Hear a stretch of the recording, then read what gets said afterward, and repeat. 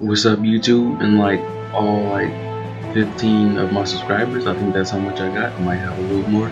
Either way, no matter how much I got, I still love everybody. So today I'm bringing you a 10 things I want to see in Injustice 2. Now let me get this kind of straight. This isn't the top 10 things I want to see. These are just 10 of the many things I want to see. This is unofficial. I might drop like 2 different videos, like 10 superheroes slash sidekicks that should be in Injustice 2, or 10 villains slash anti-heroes that should be in Injustice 2. Either way, let's get to the video. To number 10 is I want to see a Gorilla City map. Since we do have Gorilla Grodd, I don't want to see the actual Gorilla City. I want to see like some other city that Gorilla Grodd took over and like turned it into the new Gorilla City, since like the presence of Flash and many other heroes aren't around. Pretty much like if you've seen like Planet of the Apes, when he started like building up his own militias and bringing in his own people, and they were taking like their own space in the city. I want to see that, like a chaotic map with gorillas running around shooting guns and flipping from building to building and swinging on electric wires. I don't care. I just want to see it. I feel like that'd be a pretty fun map. Now for number 9, the thing that I want to see is when it comes to like multiplayer or even like single player battle mode, I want to see at least a 2v2 or a 3v3. Because if you look at the concept, like 2v2s can be Batman and Nightwing slash Batman and Robin versus Joker and Harley Quinn, or like the Justice League Trinity, Superman, Wonder Woman, Batman versus 3 of their mortal enemies. It doesn't even matter. Just because I feel like this would add a lot more depth to the multiplayer, especially when it comes to online. Like you and your friends can get together and take out some people, pair up, because there's like several different team ups within like the DC universe. If you read the comics, it goes on and on and on with different heroes teaming up, and sometimes villains teaming up or heroes teaming up with villains, especially if you read Forever Evil. And even on I think the original Injustice, there was a battle mode on single player called Sidekicks, where you fight 2 heroes back to back. Why can't we turn that into a gameplay mode with actual players instead of it just being the computer? Now, number 8 is a character. Well, she's a villain slash anti-hero because she changed over time, and this is Bleez. Bleez is a Red Lantern. Matter of fact, like one of the head Red Lanterns right under Atrocitus, and she has a pretty nice backstory. Like for one, Bleez was a princess on a planet called Avina, and she was extremely well known for her beauty. She was a baddie. People wanted her from everywhere. Aliens from different planets were trying to come and get that booty, no matter where they was from. But thing is though, is she actually rejected everybody. Like, could nobody get to her. She was like one of those models on Instagram you try to DM and then they never reply. But a Yellow Lantern actually found out about her. And this Yellow Lantern, when he actually went to her planet and saw her, she rejected him too, but he ended up kidnapping her and her mother, and then murdering her mother, and then raping her and ripping her wings off. Yeah. Oh hell no! So of course that put Haveen, well not Haveen, that put Bleez through some extreme rage and caused her to finally snap and fight back. And sensing her deep eternal rage, the Red Lantern ring found her, thus she became a Red Lantern and savagely got her revenge on that Yellow Lantern. Thus since then she's joined Atrocitus and the Red Lantern Corps. So this way, instead of us just only having Atrocitus as the sole Red Lantern, we'll have another Red Lantern character that can make their appearance alongside Atrocitus. And plus, Bleez overall has a pretty cool design of her looking like a fallen angel. You know, she has like she regrew like the bone frame of her wings. I guess that's what you call it. And like whenever she uses her ring, you see like the feathers reform with like the red lantern energy. Yeah, she's a pretty cool character overall, and she actually has some greater development with her eventually turning on Atrocitus after he broke his mind control over her. Now, number 7 is kind of a character, but not exactly. Like, because we know that in this universe, Nightwing is Damian Wayne. And if Nightwing returns to Injustice, I want him to have his katana, because back when Damian Wayne was still Robin, he originally used a katana he got when he was still training with Ra's al Ghul and his people. And since he now basically is working with Superman's regime, he probably is a lot more lethal and a lot more likely to actually kill someone. So I think it'd make more sense if he returned to using his katana, especially if he's planning to finally fight Batman and kill him once and for all. Maybe, I'm not sure if that would happen. I know it's been so long since I played Injustice. But anyway, let's move on to number 6. I think number 6 is literally a must. If Darkseid is in the game, they have to have an Apocalypse map. There's no other way. You cannot have Atrocitus without a Apocalypse map. Like, otherwise it would not make any sense. Hold on. I know what y'all thinking. Atrocitus? Man, this nigga retarded. See, look, I meant to say Darkseid and I didn't realize that I said that shit until after I imported my audio. But yeah, back to the shit.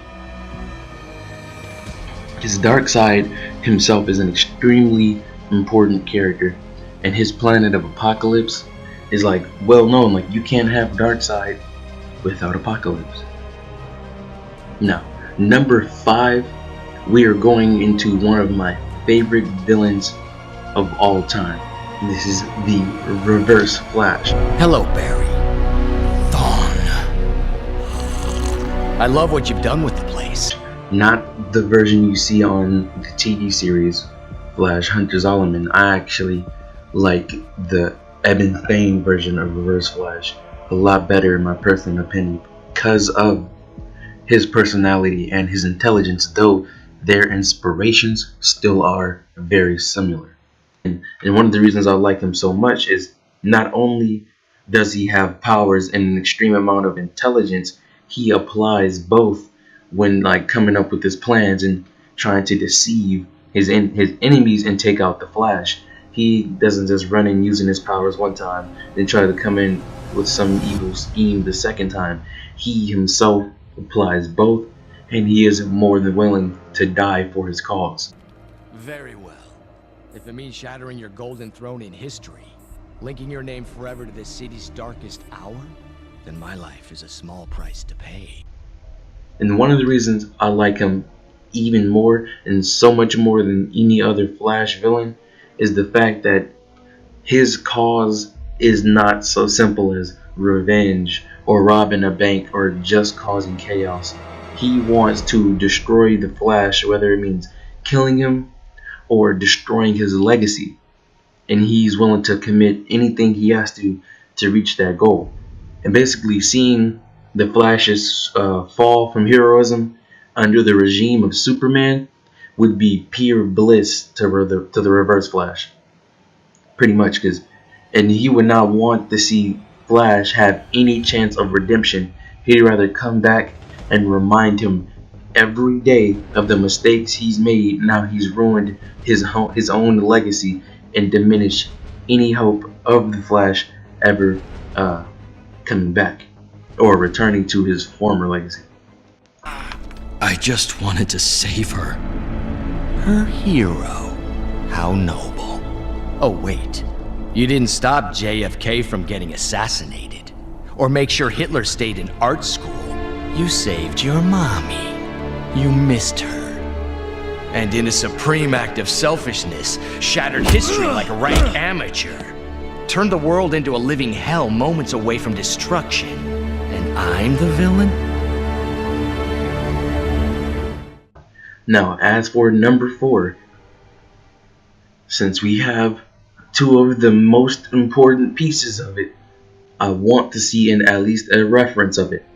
We have both Atrocitus, a Red Lantern, and Supergirl in the same game. So that leads me to think that we may get at least some sort of reference to one of my favorite comic books of all time, Red Daughter of Krypton, which is when Supergirl herself became a Red Lantern and one of the most powerful beings in the universe.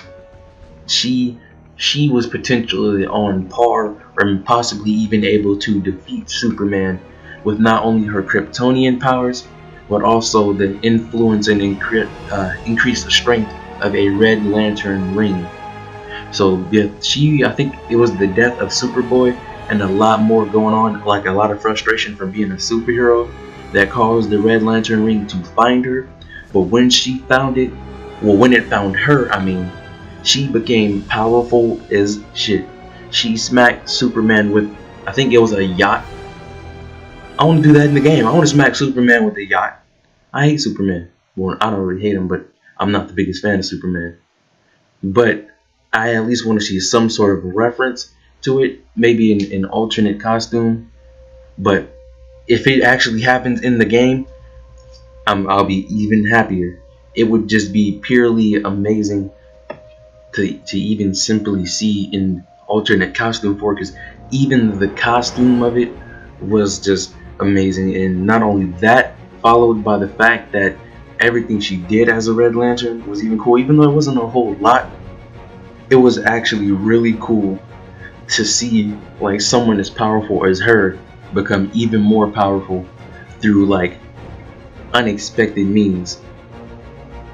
Now, for number 3, this is kind of going off in an assumption, but if it's true, I definitely want to see it.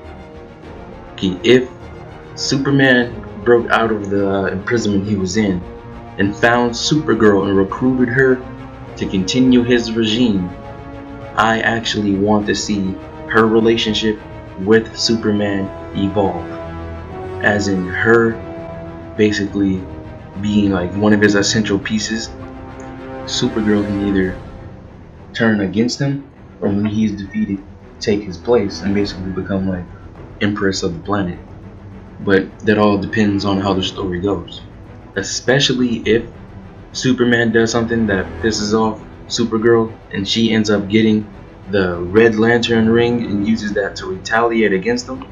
Now that would be amazing. Or she ends up forced to kill Atrocitus, even though her herself doesn't want to be a killer, and ends up getting his Red Lantern ring through that. That would be amazing, because I love character development and I'd want to see just more and more character development. As long as the relationship between the two of them like somewhat changes, like them having different views, agreeing and disagreeing on different things, I love to see that. And a fight between two Kryptonians would be amazing either way. Now, number 2 is simple, but it's kind of important to me. I actually want to see Batman actually defeat Superman. Like, if when we played through Injustice, yeah, we had the Superman from the main universe come to the Injustice universe and defeat Superman, which is cool, but at the same time not as good as imagining Batman actually coming through in the end and defeating Superman. Because we get to see Batman defeat like some other heroes, but if I remember correctly, I don't think he even actually fought Superman throughout the Injustice gameplay. He did in the comic books, but he didn't in the actual Injustice game. This time I want to see Batman finally pull through and actually defeat Superman himself this time.